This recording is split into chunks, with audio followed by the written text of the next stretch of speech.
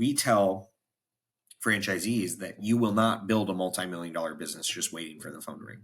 It just won't happen. If you're not a people person, I don't think you should be a business owner. I believe that business and life in general is built on enriching relationships. And if we approach each interaction that we talk, whether it's a referral partner or a vendor or a customer or a franchisee, with the goal of building a meaningful relationship, we'll have an enriching life and our businesses will grow.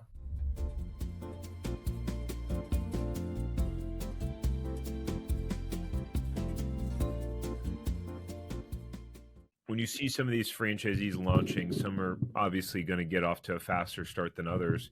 What do you see what do you see as the people that are starting to have success right away? Why is that? Well, is it something they're doing differently? Is it a different behavior, thinking, mindset? Yes.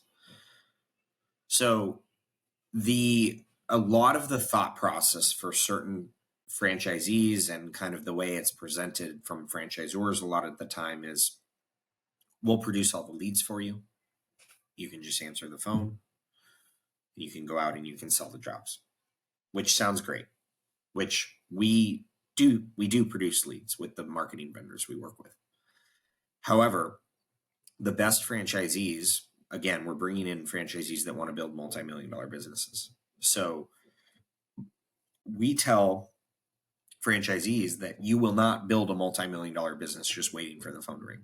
It just won't happen. And so we always tie it back to the franchisee's why. We have a why call after they sign. We have them tell us their why. Some people it's building generational wealth. Some people it's passing things down to their family members. Something, so I want to exit in 5 years and ride off into the sunset and retire.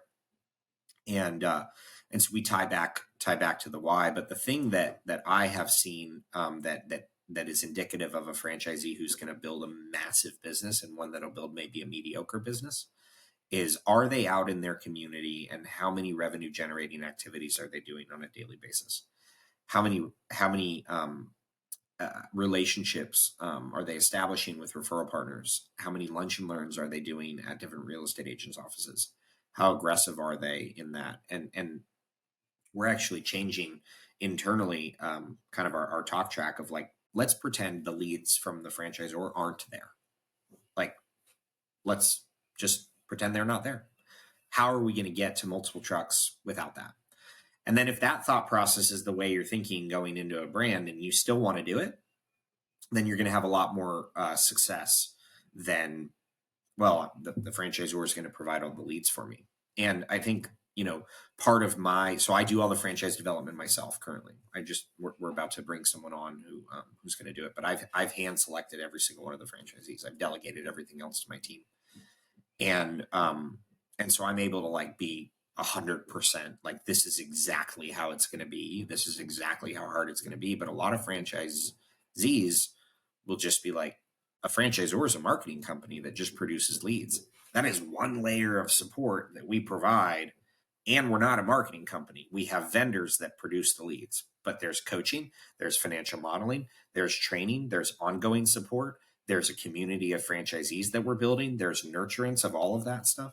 And so the marketing is just one very small piece. And so if a franchisee comes and just focuses on the phone is going to be made to ring by the franchisor, they're missing the boat on the rest of the 90% of what a franchisor provides from a support standpoint.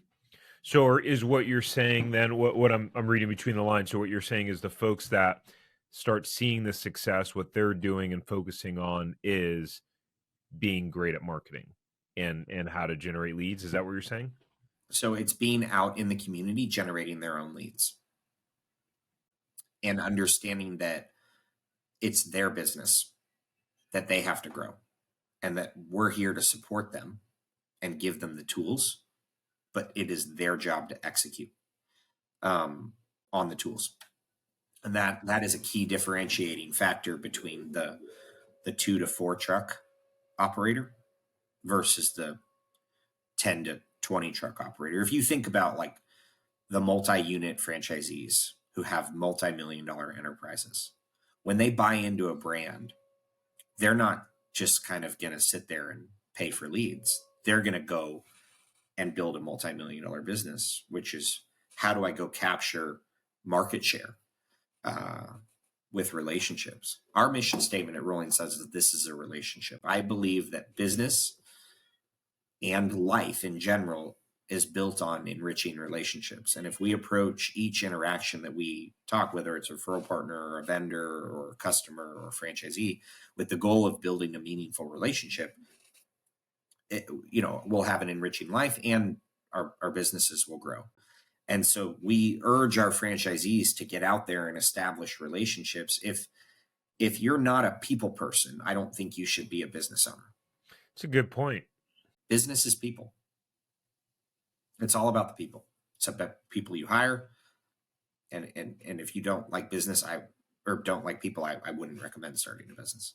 If you enjoyed this short clip from the podcast, you can check out another short clip right here.